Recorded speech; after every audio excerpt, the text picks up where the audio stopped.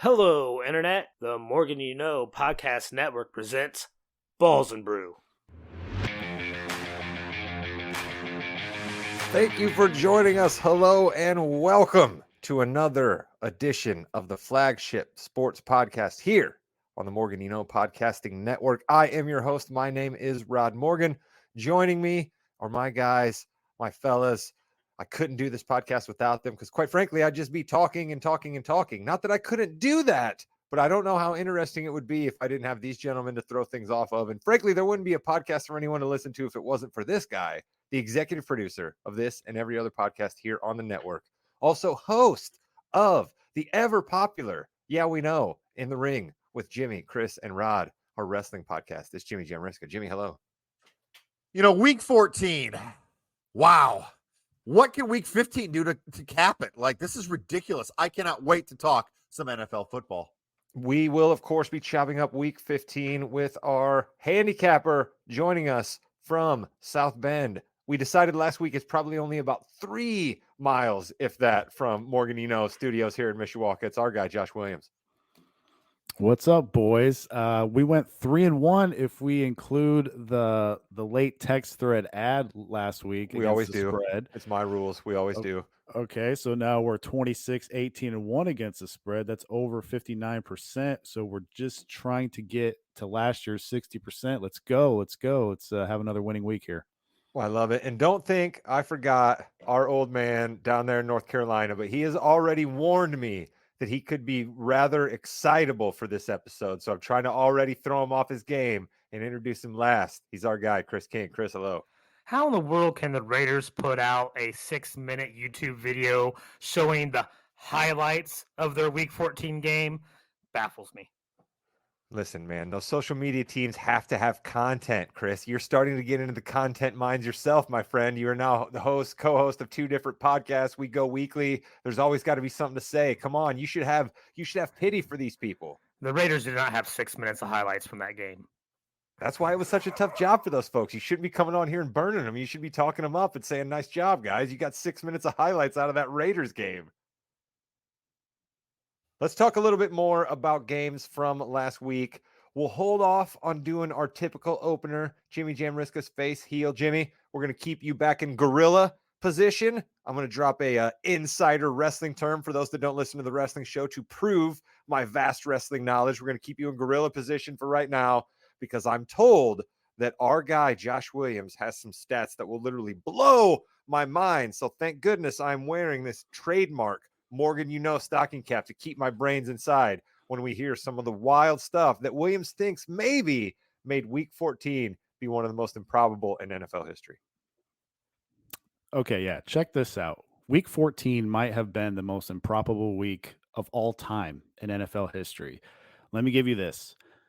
Patrick Mahomes was 46-2 when opponents didn't reach 21 points. The Chiefs lost.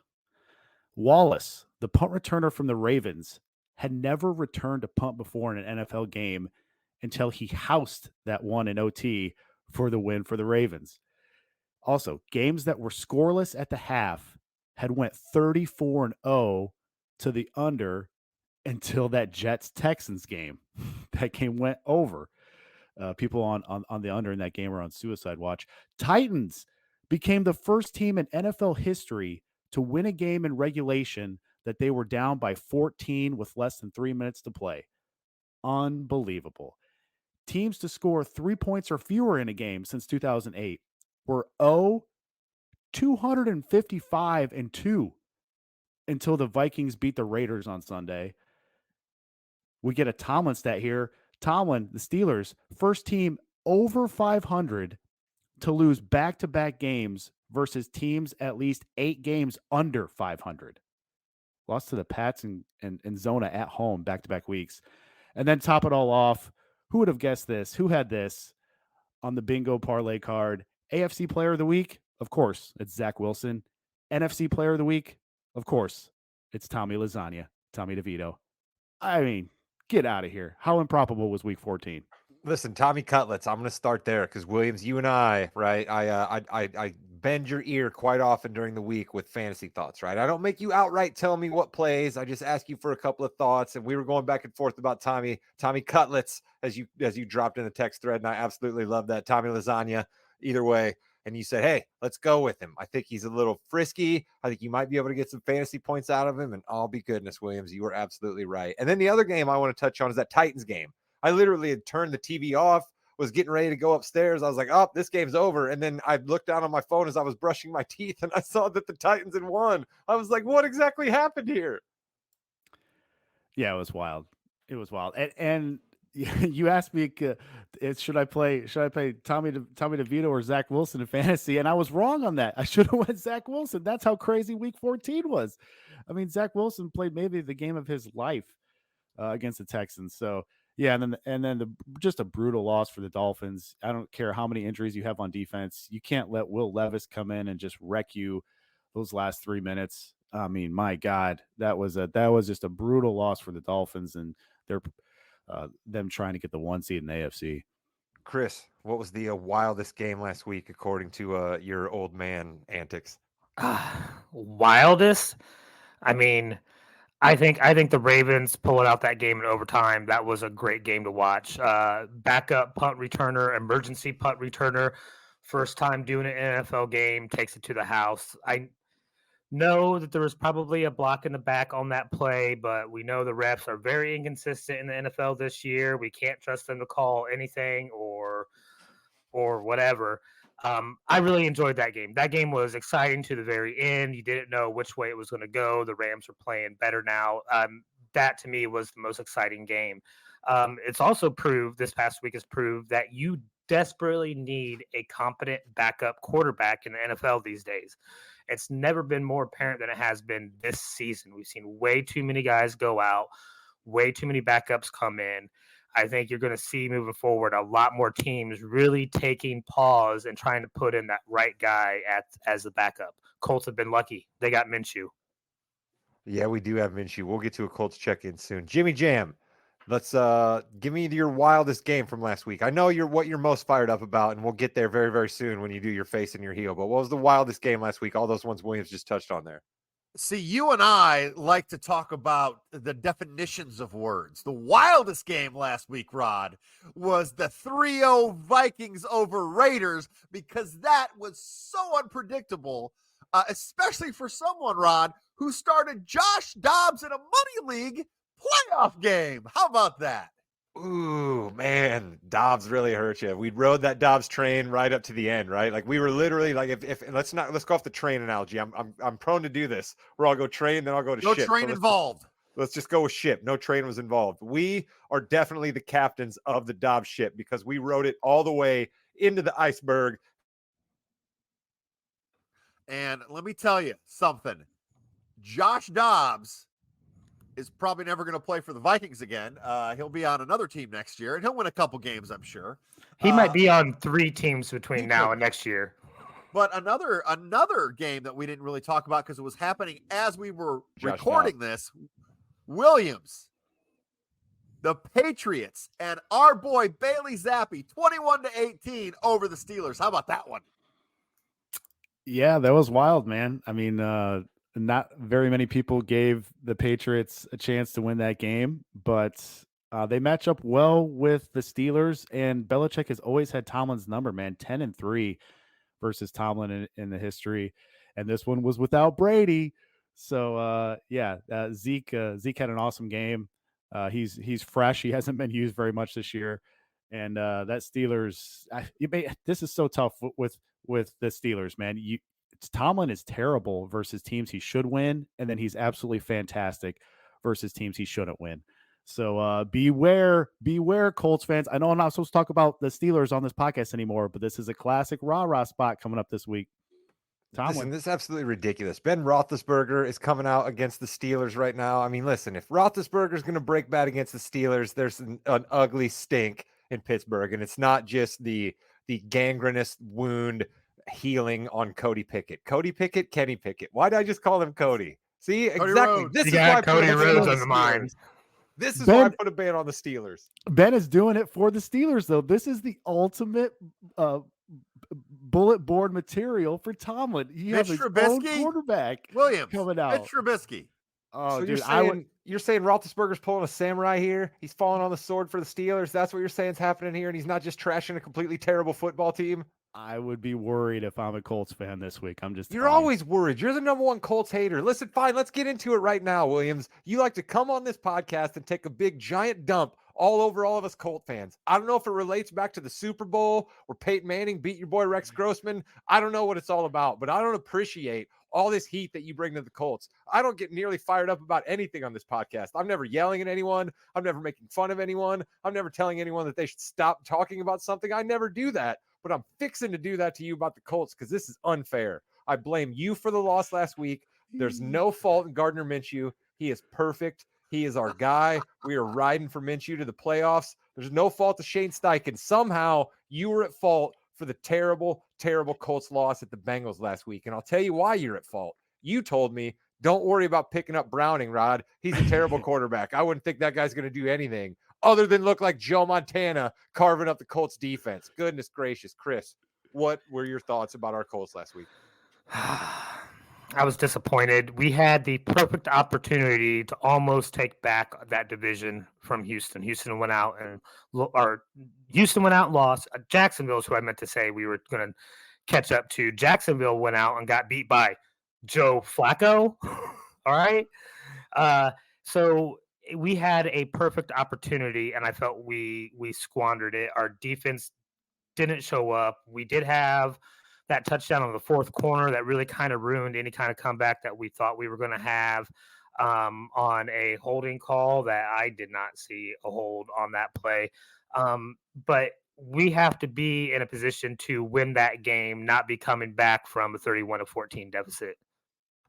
Jimmy Jam, rolling into halftime, you had to be a little bit like me thinking, okay, here we go. Colts all right, this is the Colts team that we're going to see. And then coming out in the second half, we were just flat. What do you think happened here? They were flat. They were not up for this game. They thought they had it in the bag because Joe Burrow wasn't there. They went away from the run again. I mean, Moss had 13 carries for 28 yards. You're not going to win if Zach Moss has 28 yards rushing. I'm sorry. What's going on?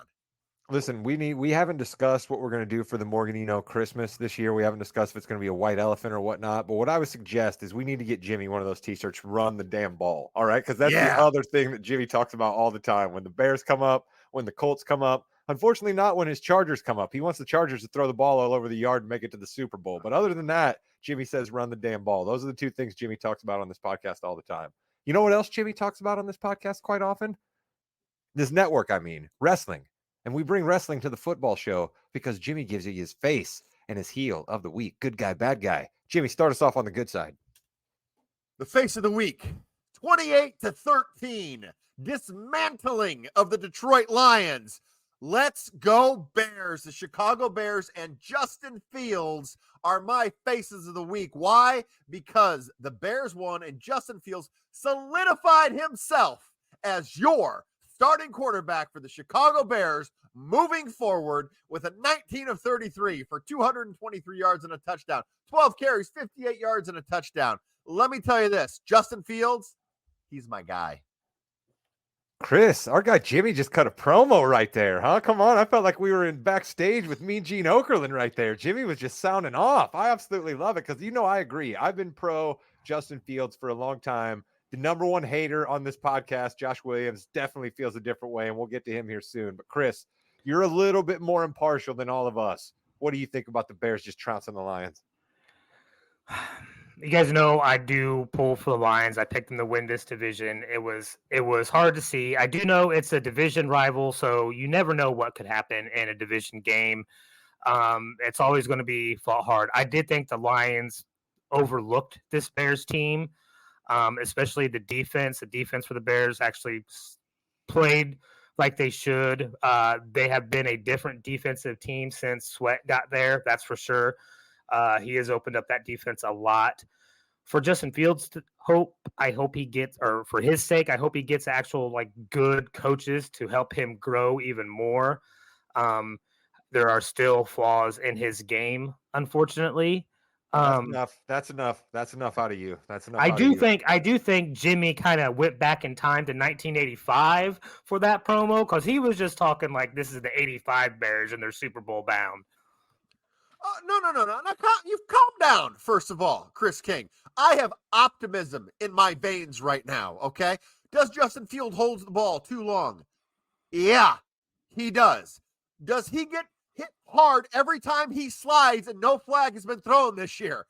Yeah, he does. Those are two big worries that I have, okay? But if you have an offensive coordinator who comes in and says, hey, you know what? He holds the ball too long. What are we going to do? Not give him too long to hold the ball. That's something that can happen. I do not think that either the two quarterbacks or even the three top quarterbacks coming out are the next big thing. Justin Fields with a couple more weapons. Let's go. Jimmy Williams? Kuiper Go ahead. Jr. over there. Williams, let me ask it to you this way. When your Bears make the playoffs as the 7th seed in the NFC, go! what are you going to say to the Morgan You Know Nation when you come on the podcast after that is solidified? If they do, that will be one of the worst NFC 7 seeds of all time. Look, we said it in the text thread, Aaron Glenn's defense struggles versus mobile quarterbacks. This is why I like the Bears against the spread both games this year against Detroit. And guess what? They have covered both games. But I'll say this. The Bears are allowed to have nice things at quarterback. And I think that's what Bears fans don't get. We are allowed to have nice things at quarterback. Why not get younger, healthier, and cheaper with Caleb Williams? Listen to this list here and tell me if you can figure it out. Tom Brady, Joe Montana, Brett Favre, Aaron Rodgers, Patrick Mahomes, Russell Wilson, Lamar Jackson, Kurt Warner, Drew Brees, Roger Staubach, Jim Kelly, Dan Marino, Ken Stabler, Fran Tarkington. What do all those quarterbacks have in common? Passed up by the Bears. Passed up by the Bears. And everybody else, Williams. Some of those people Passed were up by picked the in the Bears. 5th round. Get out of here. Roger Staubach getting the Wonderful. shout out. Wonderful. Passed up by what the are you Bears. talking about? They passed up Oh on my Kurt Warner too. goodness. Passed up by the Bears.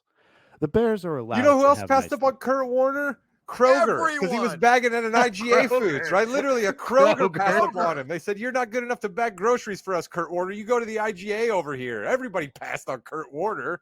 Hey, I'll say this. We took Cedric Benson over Aaron Rodgers. We took Mitch Trubisky over Patrick Mahomes.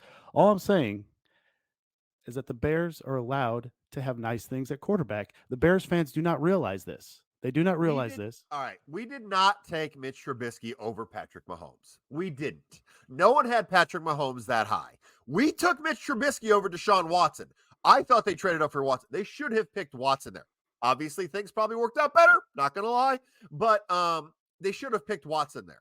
They 100% should have. I'll give you that. They didn't pass up on Mahomes. I absolutely love it. Listen, I love seeing Bear fan on Bear fan crime. All right. I absolutely love it because you guys, you Bear fans aren't usually that way, right? You guys usually you start, Ditka, you know what I mean? You guys start bumping chests, eating sausages, you know what I mean? Things are ready to go for Bear fans, but you guys are just battling on this. Williams, I got to say, I see your point. Okay. I see your point, but at some level, you have to just say, we have a team that we are moving forward with. All of these other ins and outs and younger and contracts and this, that, and the other. We have a team that we're moving forward with. I believe in that. I think what we have seen across the NFL is with so much player movement, we have so much coach movement, and that's why we have such a fluctuation. I believe if you give a coach a couple of years, you might lay down a solid foundation and find yourself like the Pittsburgh Steelers. Are they the greatest team every year? No, but their fan base has an absolute chance of being in the playoffs, and they are mostly a winning team. And I think we've lost sight of just being a winning team. And everybody says you got to make a play that's going to win the Super Bowl. Of course, you want to win the Super Bowl, but guess what? Only one team wins the Super Bowl. It takes a bunch of teams to try to win to end up being in the competition to ultimately have one winner. And what's wrong with the Bears building upon what they have, Williams? I ask you that. What's the most beneficial thing in the NFL is to have a quarterback on a rookie scale with a solid defense. And if we get Ben Johnson or Bobby Slowick as our coach and Caleb Williams, and we're going to have another top 10 pick, I'm telling you what, you asked me a question about the Bears making the playoffs this year. The Bears would be a legit contender next year if all that stuff happens. And I'm not just being a Bears homer because I'm the toughest on the Bears out of anybody on this whole podcast. But if the Bears did that, then they would be legit contenders. And I'll ask you, what in the world has Justin Fields won in his career? All he does is he's a turnover machine. And all these guys keep on giving him excuses after excuses. He's a turnover machine.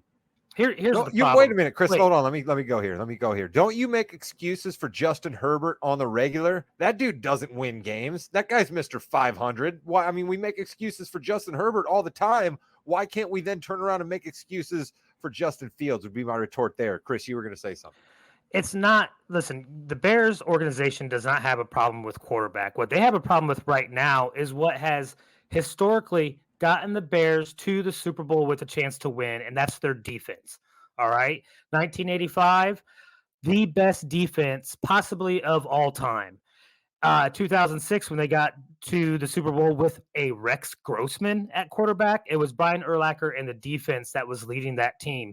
The Bears are an old NFL team. They have a history and a culture of great top-tier defenses that propel them to championships, much like Pittsburgh has a history of great defenses leading them to championships.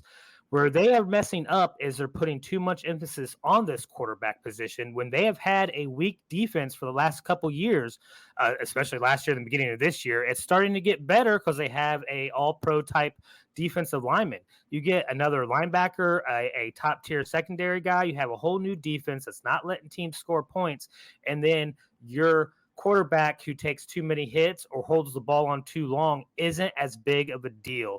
The Bears need to get back to what has made them great in the past. They needed to,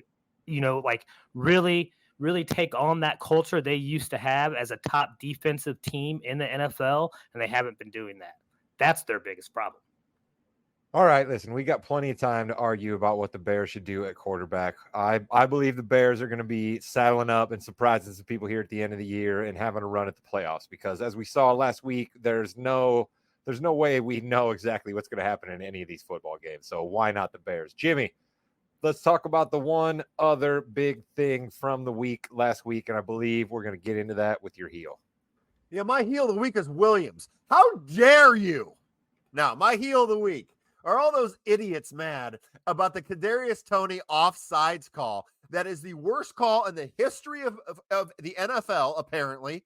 Or he was offsides by so much that the line judge had to move to see the ball. It was easy. It was a call made. Now, would this have been such a big deal if it was an incomplete pass or a run up the middle for 3 yards or a sack? No, it wouldn't have been. Travis Kelce made a fantastic play. Threw the ball to Kadarius Toney, who, by the way, had about a yard advantage because he was offsides. So let's just calm down Patrick Mahomes just a little bit. Andy Reid, just a little bit here. He was offsides. It was the right call. And apparently he was offsides most of the game, so he got lucky the other times. Boo. Boo. He's 100% correct. Of course he's 100% correct, but I don't care if he's correct. I don't care about offsides penalties. I care about TV. I care about cool endings. I care about the Chiefs being the number one dominant team. Let that play happen. That would have been the coolest play anybody's seen for 20 years. So what does he do? Just hold it and say, oh, it's incomplete. Now I'm going to throw the flag? Who cares? You can't do that.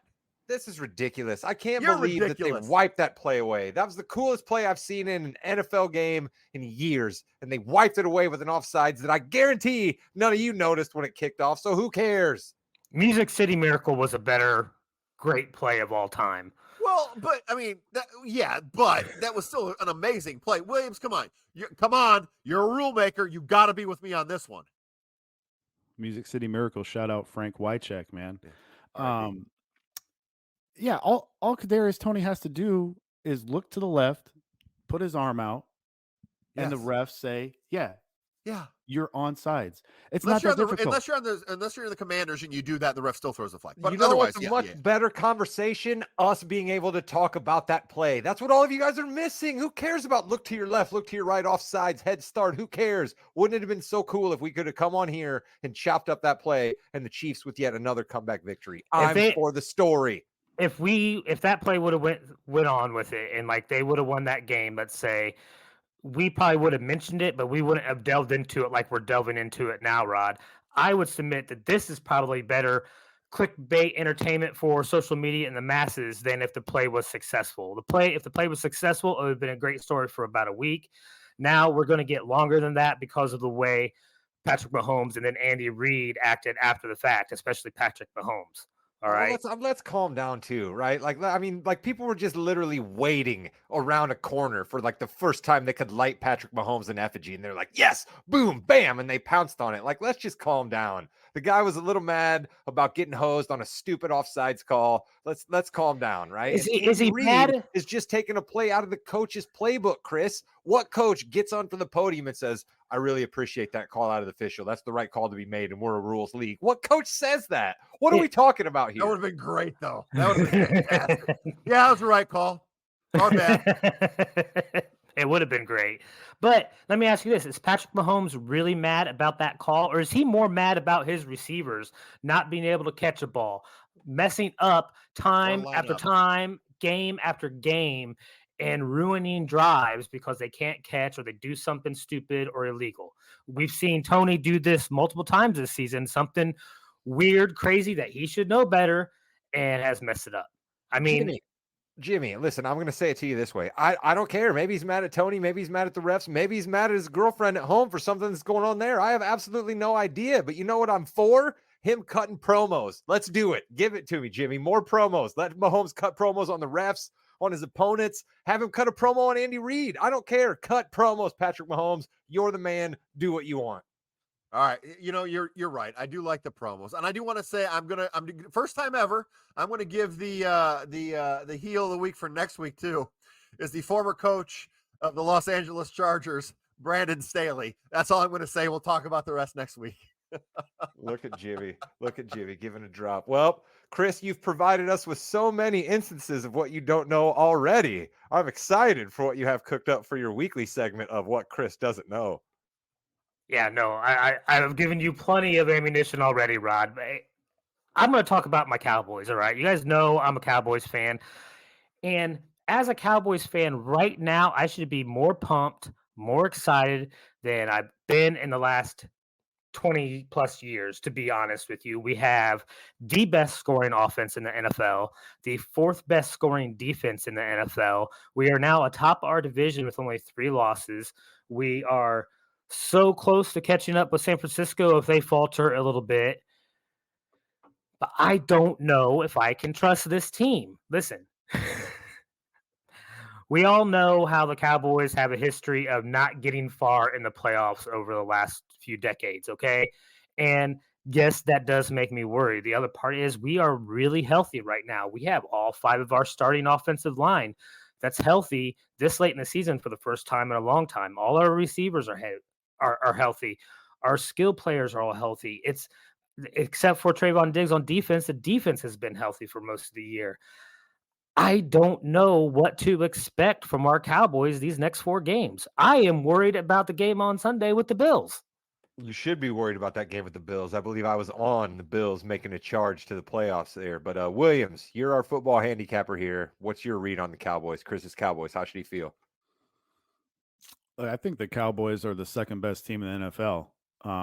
And there hasn't been a better QB under pressure this year than Dak, believe it or not, if you go by the numbers. And we last week we gave out a little hedge, Dak to lead the league in passing yards last week. He didn't do it, but you know who did? Brock Purdy. So it helped us even more in that in the future bet that we took the previous week. But I think it's down to Dak Prescott and Brock Purdy for the MVP. So it usually goes to the number 1 seed. Does San Francisco lose another game? I'm not sure. They do have Baltimore on the schedule, but Dallas closes 3 out of their last 4 on the road with some really tough games coming up against at Buffalo and at Miami. So, yeah, and Dallas is much, much better at home this year. They're averaging twice as many points at home than on the road. They get into a real good cadence at home, whereas on the road that it's tougher for them to get going. I don't know if it's crowd noise or what, or You've seen those stats on the turf. The turf, they're almost unbeatable. So it's really important. And I think they have a shot to get the division over Philly. I think Philly is leaking oil. So I think Dallas could do this if they can just get some road victories. But I don't know. It's going to come down to the wire here. Jimmy Jam, unbiased. Who you like better out of the East? Eagles, Cowboys. Oh, I like the Cowboys right now. The Eagles, Hurts is hurt. There's something going on with him. And if he's not at 100%, they're in big trouble. So I like the Cowboys right now. But, as a Bears fan, Chris, I know where you're at. I understand where you're at.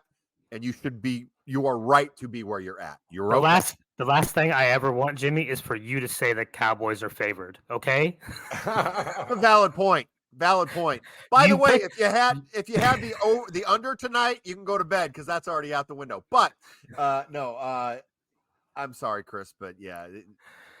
I get it, Chris. I get it. Listen, you have the tale of two different ways you can be a fan, right? Going into the playoffs, right? You got your Colts over here who we're playing with house money, right? We're just like, it's all good. If we lose, we're kind of like, oh, all right, we're not really expected to get there anyway. But your Cowboys, it's a whole different thing. You're supposed to be good, and you may end up coming in as the 5 seed because you might not be able to unseat the Eagles even playing this good. It's absolutely crazy. You're the two different ways fans can be going into the playoffs, Chris. I feel for you. Yeah, I should be happy. Listen, this is probably the best team we've had since the Aikman, Emmitt Smith, Michael Irvin years. Like, I know I was a fan of Romo. We had some great teams then, even with Zeke, but like this is a really, really good team. And back on those 3 Super Bowls in 4 years, like, I was excited every year. I was pumped. I was like, no one's going to beat us. And I was usually right, but like, I can't do that this year. It makes me nervous. And Dak's finally playing as good as what he's supposed to be playing. Our defense has stepped up significantly. Stephen Gilmore's probably ended up going to be one of the better offseason signings in the NFL this past year. So, like, I should be stellar play at cornerback, man. They have absolutely no reason to keep that guy on the team. They have such stellar play at cornerback, man. Goodness gracious. Yeah, no, listen, Chris, fine. You don't have to gush over your Cowboys anymore. We get it. Let's roll into the picks from this week. And Williams is nice enough to give you a chance to make a play on Saturday. And if that goes wrong for you, make a play on Sunday. And if all else fails, throw that Hail Mary for a play on Monday. The rare every day on the weekend card from our guy, Williams. Give us the first one. Yeah, I'll preface this by saying this is a really tough week. But let's go. Let's start off with Saturday. I'm going to take the Minnesota Vikings plus 3.5, minus 120 on DK. Nice if you can get the hook here. It's down to plus 3 just about everywhere else. Well, listen, the Vikes are 6th in DVOA on defense, top 7th in both the run and the pass on the year. What a job Brian Flores has done with this D. I know it was the Raiders last week, but he posted a shutout. I thought he would confuse O'Connell with his exotic blitz packages last week, and that proved to be correct. And I ask, why can't it be the same this week? He's going up against another rookie quarterback in Browning, who, yes, has looked great in the last 2 weeks, but on Saturday when he sees this Vikings D and the schemes they run, it's going to be a shock to the system, in my opinion. You saying he's a little better than the Colts D, Williams? Is that what you're telling us here? That's what I'm saying. And listen, the Saturday road teams over the last 2 decades, this was interesting, 62% against the spread, and that's over 100 games. That's not a small sample size there. So Saturday road teams, something to notice for these Saturday games coming up. Also, 63% of the handles on the Vikes here. Even better, 77% of the money is on Minnesota. Sharp money has taken this down from 4.5 to 3. And while I hate not getting the best number here, I think there is still value because it's 2 backup quarterbacks in Browning and Mullins. So you say that should be a close to a wash if you play these numbers out for an extended amount of time. So then you look at what D is better, and unequivocally, I think it's been the Vikings. The Bengals D this year, after losing their top 2 safeties, have really taken a dip from last year's squad. Minor thing here, but every little thing helps. Bill Vinovich's crew is calling this game. He's consistently been the ref that has called the fewest roughing the passer penalties. Why is that important? I'm getting the more aggressive D here. And I love this stat because I think the Vikings are going to get to Browning a lot on Saturday. I'm a lot less worried about a bunk personal foul roughing the passer call now than I would be with another crew. Also, when you take a dog, ideally you want fewer points scored. Since 2016, Vinovich is 71, 42, and 3 to the under in his career. That's 63%. So that's another thing on our side. Give me the Vikings plus 3.5 on Saturday.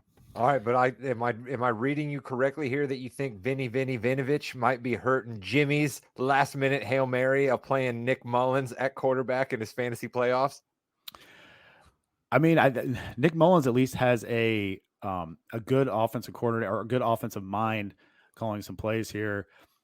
I mean, listen, the Dobbs thing, I tried to tell everybody the Dobbs thing was so up and down, man. Again, you're the number one hater on this podcast. You're just totally coming in as the number one hater on this podcast. But we love Dobbs. We love Dobbs, but then he went up and down and just unbelievable with the now he might be out of the league. It's just unbelievable how the NFL is, man. So I think there's a little bit difference here between Dobbs and let's say Browning. Let me give you some numbers here, Williams. Since Browntown took over for Joey Cool, Browntown, took get out over of here. Took over for Joe Burrow against Baltimore. His quarterback rating in the Baltimore game was 93.8. Against Pittsburgh, 96.2. Against Jacksonville, 115.5. And against Indianapolis, 122.7. His passer rating is going up every single game. He has already thrown for over 900 yards in the past 3 games. This dude just seems to be getting more and more confident. You're not worried about him at all? Yeah. I mean, I'm worried, but I think what we've seen from these backup quarterbacks is the more tape that we see on these guys, the more these defenses just go to town on them, and especially a defense like Brian Flores' D. I mean, he has not seen these exotic schemes yet. But yeah, it is worrisome. Like I said, this is a really tough card this week, so you gotta try and pick your spots wisely. Yeah. All right, trying to soften your landing there. I get you, Williams. All right, let's go on to my guy, everybody's guy. He used to work on the docks. The union went on strike. Now he's playing quarterback for the Giants. It's our boy Tommy DeVito taking on those lowly New Orleans Saints who pissed me off by playing Derek Carr. I mean, honestly, what are we doing with Derek Carr? Just put Jameis in there. Yeah, thank you. I know this is not the greatest spot, but I'm taking the Giants +6, -110 on Caesars or MGM. Tommy. I mean, you're coming off a big Monday night win here, come back in the last seconds to beat the Pack. Everybody is eating Tommy's mom's lasagna this week, feeling fat and happy. We're also backing the Giants team this week after 3 straight wins, which is not ideal either. I get it. This is not an ideal spot. This is not a traditional Williams spot here. So why am I taking the Giants team? This is just a fade on this Saints team. 6 points. 6 points this putrid Saints team is going to lay. Putrid. I mean, I have to bet against them just on principle. The final score of that Saints-Panthers game was misleading. I know I went against the Saints last week, and the Panthers just continue to shit the bed for me. Panthers had the ball at the 2-yard line, 1st and goal, couldn't get in the end zone after a penalty. You guys probably don't realize this because why would anyone watch the Panthers and the Saints last week? But with 3 minutes left in the first quarter, for the rest of the game, get this, for the rest of the game, the Panthers punted a grand total of 0 times. They scored 6 points. You say, Williams, how is that possible? They didn't score a touchdown, had only 6 points, and Bryce Young didn't throw a pick. Think about that. Punted 0 times. Panthers were 1 for 7 on 4th downs. I don't think that good of fortune continues for New Orleans. We've also seen the Saints team play much better on the road than at home this year. Up until last week, they had lost 3 of 4 at home. Meanwhile, the Giants seem to play better on the road than at home in recent years. And if you take out that new coach bump that they were going against a few weeks ago out in Vegas, the Giants are 2-0 straight up on the road when facing a team under 500. We don't need to win out right here. We're getting 6 points. Lastly, Derek Carr is a favorite. Rod, you're going to love these stats. Derek Carr is a favorite. 19-37 against the spread, 34%. That's putrid. Right. As a fave of a field goal or more, Derek Carr only 9-26 against the spread. That's 25%. He's failing to cover by 5 points per game. Saints play a ton of man coverage. The Giants offense has been better versus man versus zone. And ref stats, Carl Sheffers is calling this game. He throws a ton of flags, just kind of unlike just the opposite of Bill Vinovich. Why is that important? The Saints are bottom 6 in the league in net yards from penalties, while the Giants are top 10 in that same category. And similar to the first game, 63% of the handles on the Giants, 76% of the cash is on the G-Man. Give me New York +6 on Sunday. Jimmy Jam. Tommy doesn't shine shoes anymore. Perhaps you didn't hear. He doesn't shine shoes anymore. That's not what he does. He plays quarterback for the Giants. Are you going to not like this story if they take the final playoff spot in the NFC over your Bears, or are you still all in for Tommy Lasagna? He doesn't need to get a shine box. He probably needs to get an apartment. But anyway, yeah, he's a great story. And yes, I'll be upset if they take the Bears spot. But how cool would that be for the Giants to come back to get to 9-8 and get in the playoffs? I mean, after everything they've been through, I think that would be a fantastic story. This is the NFC. They may get into the playoffs at 8 and 9, Jim. To be honest, all right. And here's just a little funny stat about the Saints. Okay, they're in third place in this tank division, as I like to call it. They have the best scoring offense in this division, the best scoring defense in this division, and the only team in this division to have a positive point differential. And they are horrible. Oh, they're so bad. I should call them a turd of a football team and see if that turns them around. But then that means they're going to take out my guy Baker, who I think maybe still is going to sneak in and win this division. But Williams, you probably still think Arthur Smith and his guys in Atlanta are going to take it, don't you? Man, who knows? The NFC South this year needs to just go away. Look at what they are. Relegate them. Oh, stop it, Chris. NFC South against the spread this year, 11-25 versus other divisions. They're 46, 79, and 2 over the last 3 years versus other divisions. They own 3 of the 4 worst ATS records in the league this year.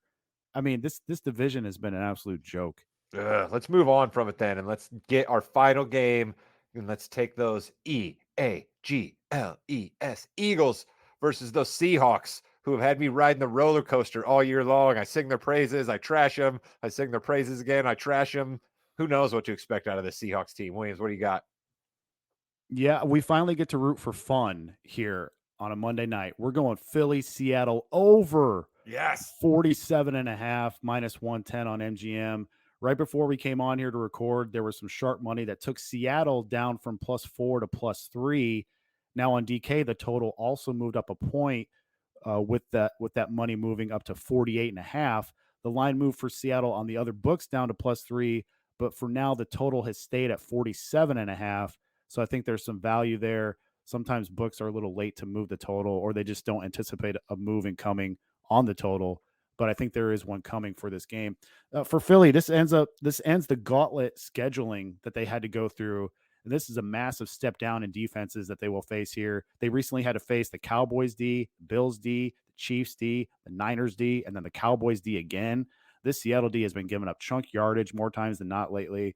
They also get an extra day to prepare as this game is on Monday night.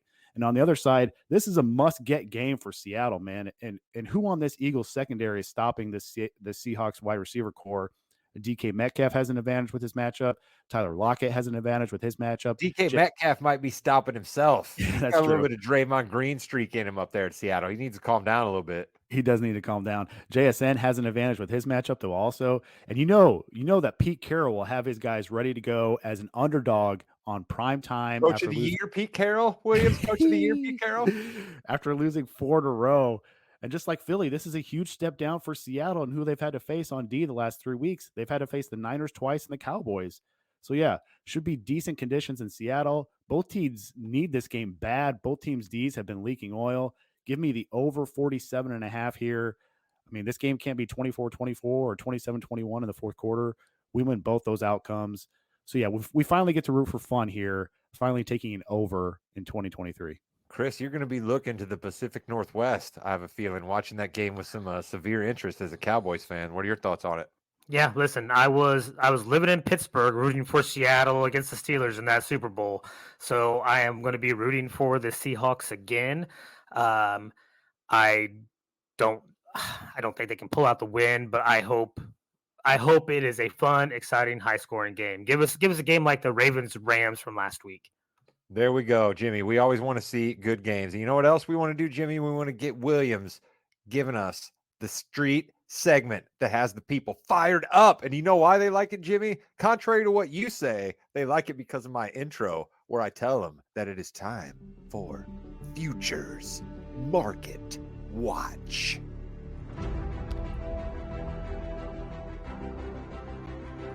Okay, yeah. So I'm not going to say what we're taking here. I'm going to have you guys guess.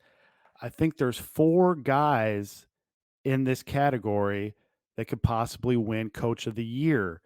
Now, 3 of them Brandon Staley, next question. are pretty pretty low odds, but I'm going to take a long shot here. The reason why is I think the 3 coaches in front of him could all lose this week, and that's Houston, Denver, and yes, your Indianapolis Colts. So, who does that leave as the 4th maybe wild card? That leaves Kevin Stefanski at 14-1 with the Browns. Listen to the schedule he has left. He gets to play maybe Davis Mills, maybe a concussed CJ Stroud. He gets Zach Wilson off short rest. He gets Jake Browning after the league has 5 or 6 weeks AFC of Player tape of on the him. Week, Zach Wilson. Show some respect. Yeah, and he gets Justin Fields at home this week. Now the defense is a little banged up, but you may ask, well, Williams, he's already won Coach of the Year. He's not going to win it again. But I will give you this: since 2003, listen to these guys who have won this award multiple times. Hoodie has won this multiple times. He's won it 3 times actually since 2003. You hear that, 2010 Chris? 3 times. 3 times Coach of the Year, Chris. 2010 and 2012, Bruce Arians has won it twice. 2013 and 2015, Ron Rivera won it. And so why not Stefanski in 2020 and 2023? Listen, the Browns are down to their 4th quarterback. Wizzy Wacko Joe Flacco is flinging this ball around. I mean, come on. Flacco's probably like top 10 quarterback right now in the league. That's how sad the situation is across the league. They've had all kinds of injuries. And check this out. They still have a chance to win this division. I just told you the quarterbacks that they face. They're 2 games behind Baltimore. Baltimore still has to play at Jacksonville, at San Francisco, and versus Miami. And oh yeah, they end the year versus Tomlin, who he will be a dog in that game. And we know how good Tomlin is as a dog. Baltimore has not wrapped this up yet. And if Cleveland somehow wins this division, why can't Kevin Stefanski at 14-1 win Coach of the Year? And also, we have had luck with the number 14. Last year, we gave out Justin Jefferson 14-1 to win AP Offensive Player of the Year. That hit. And now this year, we have tremendous value on Brock Purdy 14-1, the MVP. Why can't Kevin Stefanski win Coach of the Year 14-1 on DK? I ask you, why not? I'll tell you why not. And I like your theory of multiple times winning, right? But I think there's another guy who might qualify for his 2nd Coach of the Year if their team makes the playoffs, and that is one Sean McVay, right? I think there's going to be a lot of talk about how good of a job he has done. Guys that were undrafted, they traded away so many of their high draft picks. So a lot of the guys that have broke for them are late round dudes. Matthew Stafford's injured, banged up, right? I just think you might be getting a little bit of McVay because he's the big shiny name, right, Jimmy? And people like to vote for the shiny names, don't they? They do, and I know you're talking about long shots. Would Mike McCarthy be a long shot? I think he's pretty low on there right now. I think that might be a pretty good long shot. But I think McCarthy's the number 1 coach across the league that like everybody except sucks, right? Like, and I feel bad for Mike McCarthy, you know what I mean? But it just generally seems that like everybody says he's a bad coach and that Dallas wins despite him. It just kind of seems like that's the narrative. I mean, he got a lot of heat, and people didn't think it was going to work out when he took over play calling duties essentially as the offensive coordinator now. But they have been successful. And yeah, Dallas has talent, but I think you got to listen. There's been a lot of great coaching this year. There's been a lot of bad coaching, but there's been a lot of good coaching. You got to give credit to Sean Payton for turning around Denver as well as he has this year, just this year alone. Bad coaching. Shout out Frank Reich. You were thought of. There we go. I got my Frank Reich shot in there out of nowhere. We will now say goodbye to our guy, the handicapper, Josh Williams. Josh, next week will be our big Christmas spectacular. Do you have any special presents you're going to bring for the listeners next week? Anything like that we can promise that we're going to drop for folks that they'll be listening to this right going into the big Christmas weekend? I have a preview or a breakdown that I've been holding for about 10 weeks on this podcast. And it also ties into a possible future bet, depending on what happens this week. But I've been holding this breakdown for 10 weeks, and I'm hoping that it hits. But yeah, it's I'll give you a hint. It's in the NFC, so maybe you guys can figure. And it has something to do with a very important game that was played about 5 or 6 years ago. So give you some mysterious hints there. What a tease. Nice. I like that, dude. A 10-week cooking breakdown. That's the kind of stuff that handicappers are made of. He's our guy, but he doesn't like basketball. So he's going to go and we're going to come back, and our man Jimmy Jamrisk is going to lead Chris and I through the NBA fast break.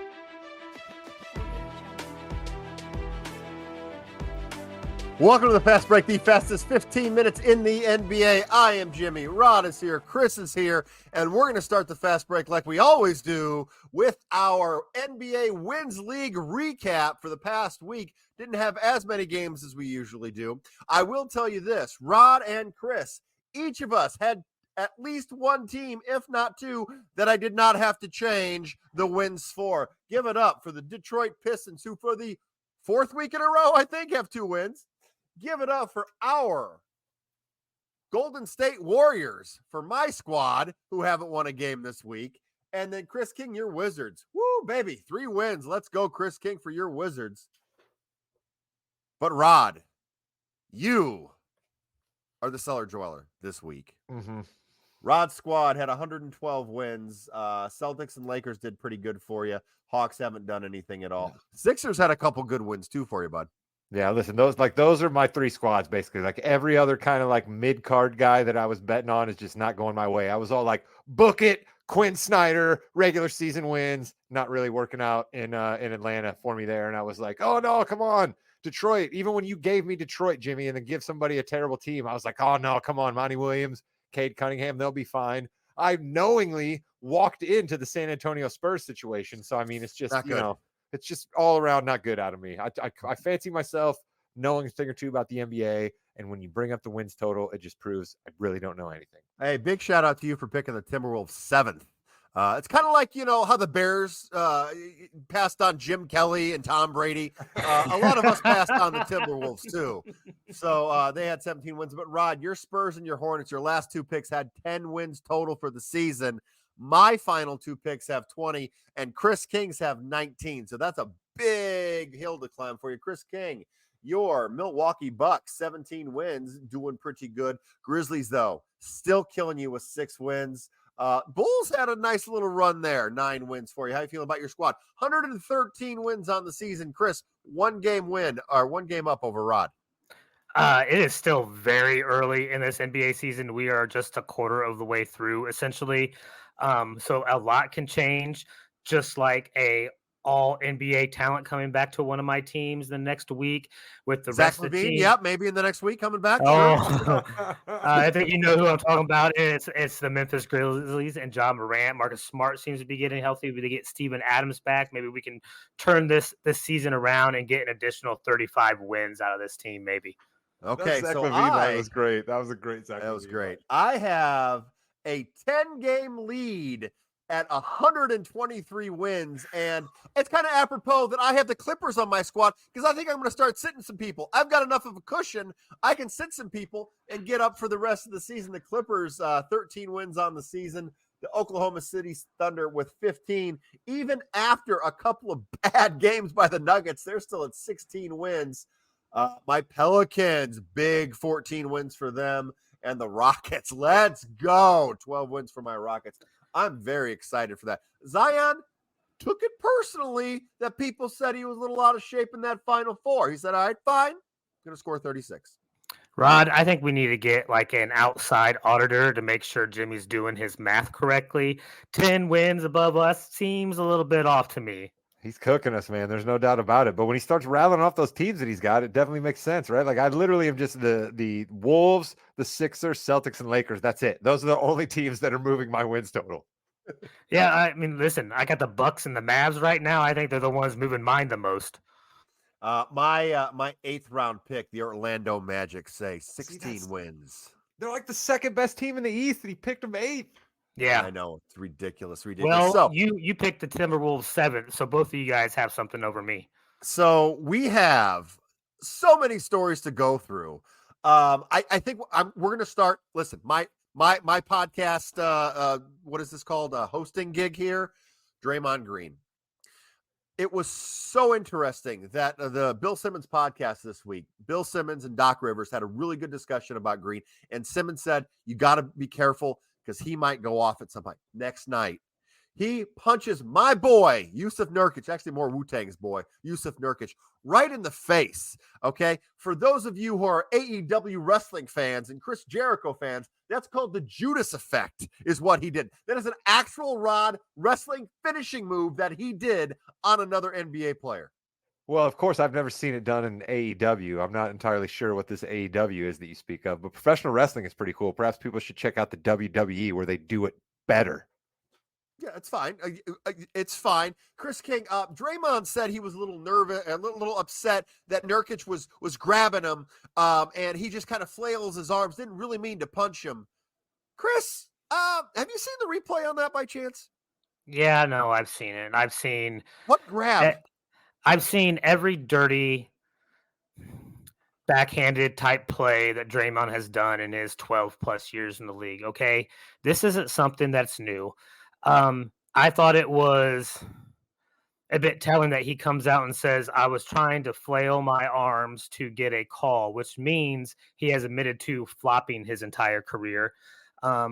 We have seen him kick guys in the groin multiple times. We have seen him stomp people in the chest multiple times. I think, and I didn't say much when this happened against the Wolves a few weeks ago when he got the 5-game suspension. I didn't talk much during that pod about this, but like I really thought the NBA messed up. I think it needed to be a longer suspension, a larger fine, something to do. They have let this go on too long and made it a untenable type thing. And this goes back years. All right. They talk about now they're giving him an indefinite suspension because he has a history of this.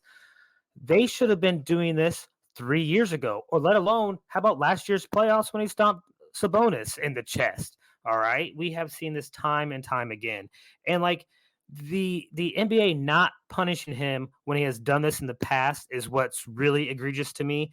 I mean, they gave Bobby Portis 8 games for punching another teammate in a fight during practice, yet last year Draymond sucker punches a teammate in practice and gets essentially his hand slapped by the NBA, if that. All right. Like they have allowed this to continue. I am happy that this has happened. I think it's better for Golden State in the long run.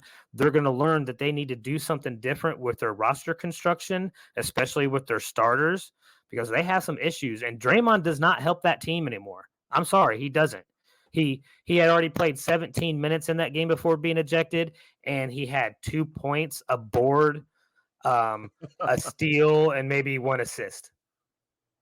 Chris, listen, I'm not gonna push back against you here. I'm gonna say that hooray for a whole lot of what you're saying there, but I think you have the wrong people in the crosshairs here. And this is the folks who are not catching any scorn in any of this situation, and that's the Golden State Warriors.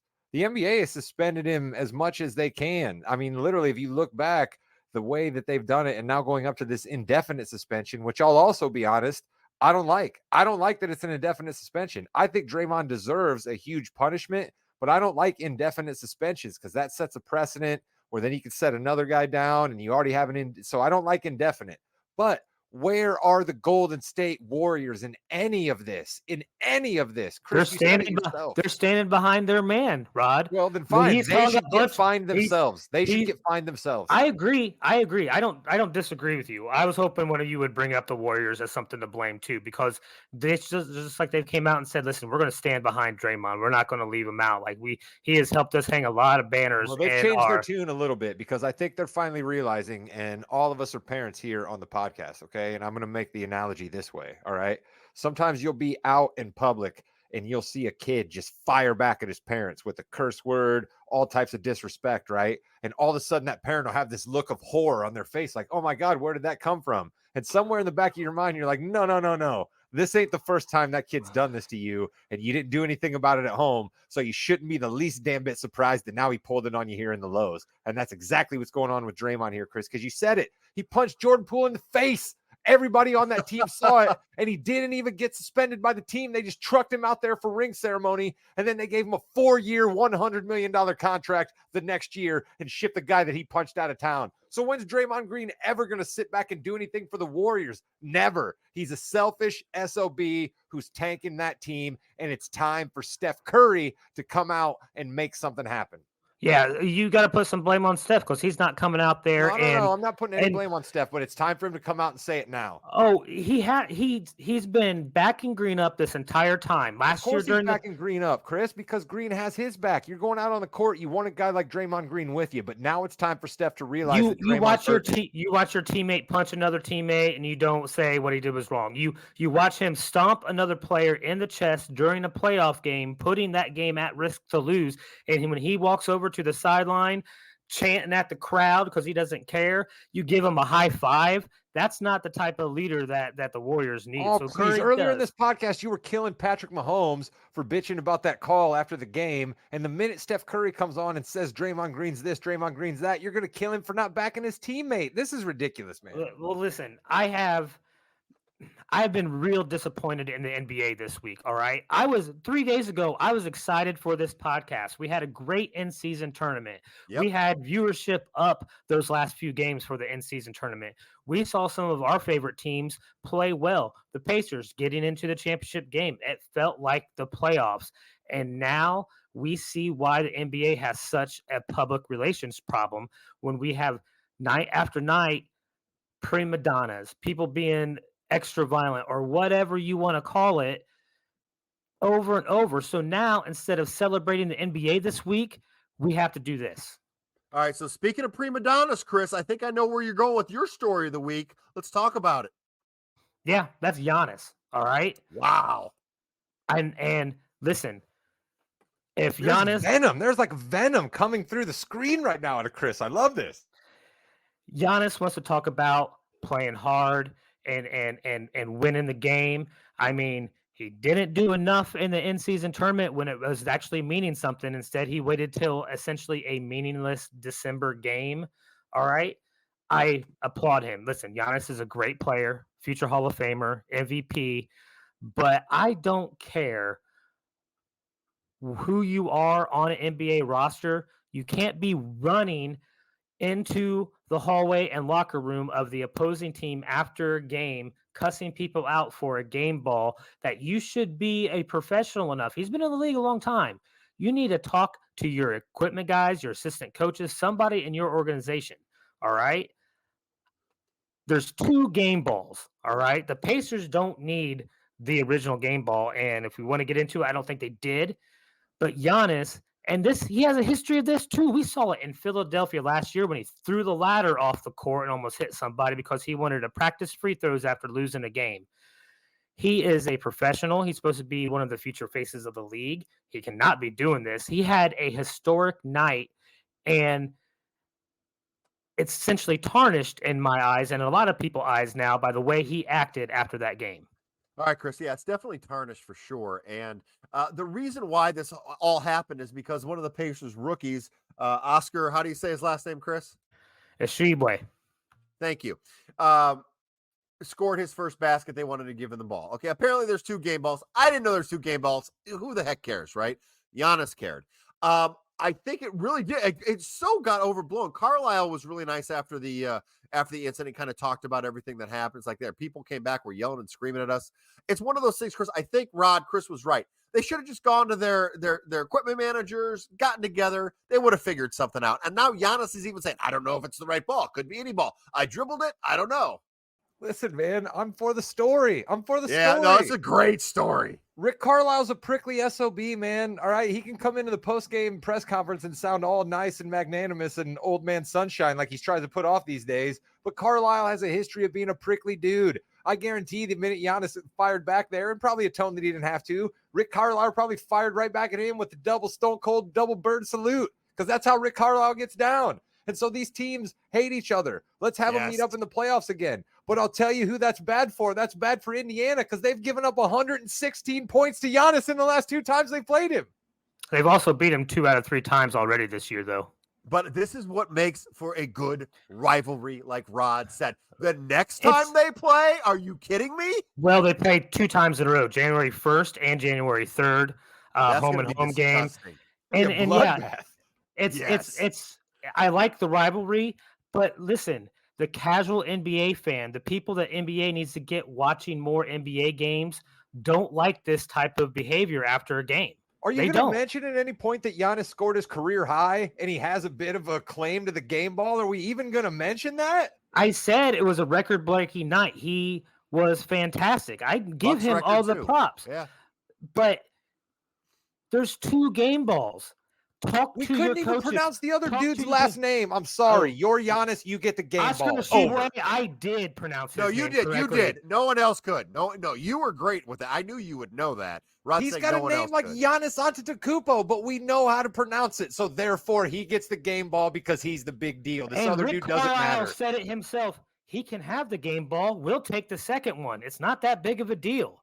Why Like- didn't Rick Carlisle put this guy in to get another basket and then give him that game ball? Giannis gets the game ball because Giannis is the man. Then the Bucks should have made sure that they got the game ball correct.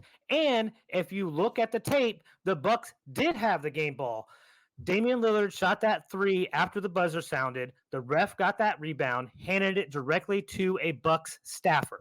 So Then the it Bucks sounds to had me that that ball. Giannis should have went over and friggin' did the rock bottom to Dame Lillard because it sounds like this whole thing was his fault. Well, and then why are Dame you Lillard so is jealous. And Giannis himself said in the post-game press conference that he was going to give the ball to Dame because he passed Kyle Korver to be 5th all-time in three-pointers, all right?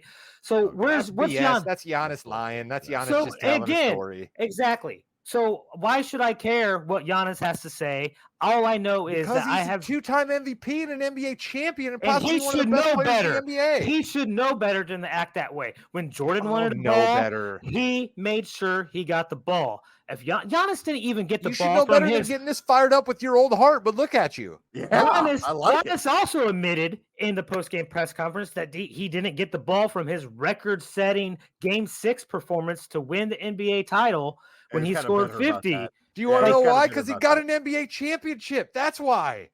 Jordan made sure to keep his ball. If you want the ball, get the ball or make sure your team knows you want the ball, all right? You That's what he don't was trying chase to do, but you're yelling at him for it. because Why are he you rushed yelling at me, into Chris? the opposing locker room, all right? That's what where you the can't ball do. was. No, it wasn't. It wasn't there. I take my rightful place at the head of the table. Believe that. All right, here's my Rod Nation. Chris is crazy, but I'm going to leave him be now. Jimmy called out idiot fans of the NFL in this earlier segment, and I'm going to call out idiot NBA media types and Twitter types. All right. The Lakers are allowed to celebrate. I'm sorry. If we want people to care about winning NBA games, the Lakers are allowed to celebrate winning the first ever in-season tournament. And I'll tell you something else. I kind of feel like they maybe were told they had to, because let's think about the alternative here. All right. What do you want the Lakers to do? Win this thing that the league spent all of this money on, all of this promotion for, putting into Las Vegas, bringing celebrities courtside, crossing over ESPN and TNT and making this seem like the biggest deal. And then LeBron and the Lakers just grab the ball and walk off the court. No, you absolutely cannot have that. So let's not make fun of the Lakers for celebrating something that was a big deal. Competition is what we want. And damn it, if the Lakers want to raise a little banner, they can raise a little banner. It's fine. I'm a fan of the Indianapolis Colts. We have some pretty sad banners hanging in Lucas Oil Field. It's okay to hang a banner for whatever you want. It's your building. It's your franchise. Do what you want. They're all haters, Rod. They're all haters because their teams didn't get to the elimination rounds. Their teams didn't win that championship. And you may be right. Maybe they were kind of told like you have to have some type of off day celebration in your city for this. Like it may be a requirement, but fine, great. I guarantee you I would have been so pumped if the Pacers would have won that game and they had a little parade around the circle in downtown Indy or something similar. I would have been all for it. Yeah, let them celebrate. I'm 100% with you, Rod. Let them celebrate. It was a big deal. Shout out to Anthony Davis, too. The look on his face was amazing. He's like, I'm killing everyone. And he did.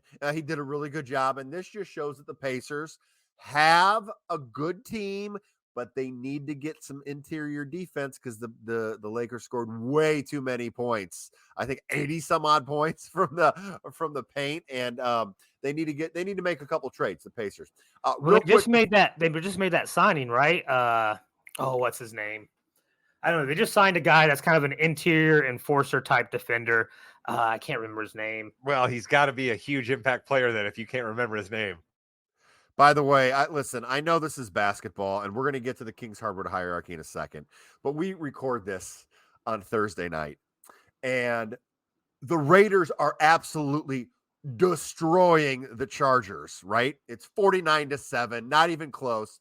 The Chargers scored 7. The Chargers Twitter account tweeted out, "We scored." That's what they tweeted out, and it's hilarious, and everyone's getting fired, and it's going to be a heck of a Balls and Brew opening segment next week. But our closing segment, as always, is the Kings Hardwood hierarchy.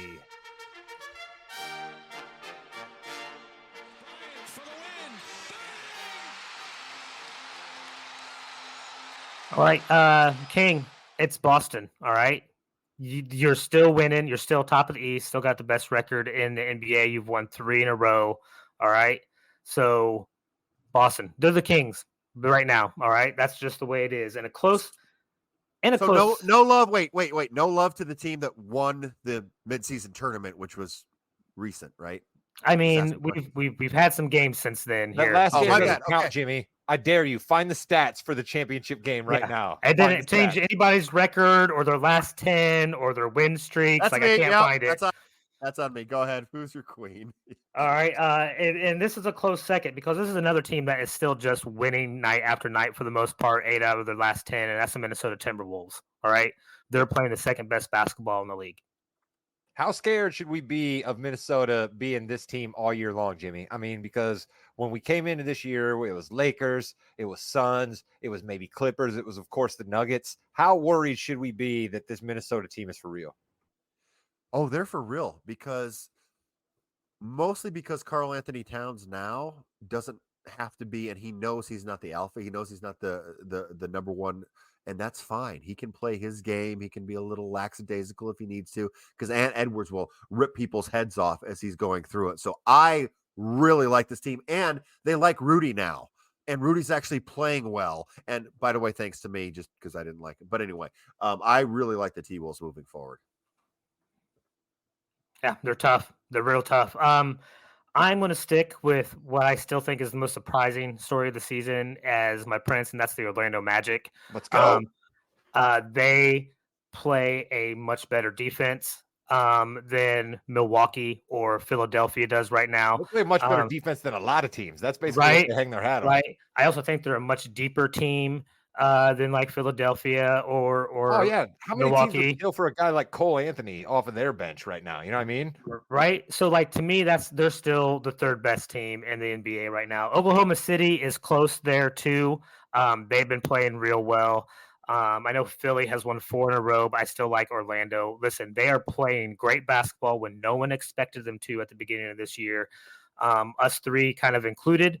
And so I got to give them all the props in the world. Speaking of Oklahoma City, Jimmy, let me do a little mea culpa here too. I think mostly everybody in our group thread, right? Especially the Wu-Tang, you guys all told me that Chet Holmgren was going to be a real player. And I took a lot of glory in the fact that, no, I don't think he's going to be a real player. And then when he got hurt last year, I was like, see, I told you. But man, that dude looks like the truth right now playing for Oklahoma City. That team, again, I worry in the West, right? I love what I see out of Oklahoma City. I love what I see out of Minnesota. I love what I see out of Orlando, but I've watched the NBA for too long. We've seen a lot of these guys come running out and then they fall off by the end of the year. Look at the Lakers. The Lakers were terrible for most of the year last year and they got all the way to the Western Conference Finals. The Jazz were great. Yeah, the Jazz we were talking about last year all the time, and really they just went down again. So yes, you see right now the Suns and the Warriors are 10 and 11. The Clippers are 8. You're seeing teams like the Rockets and the Thunder.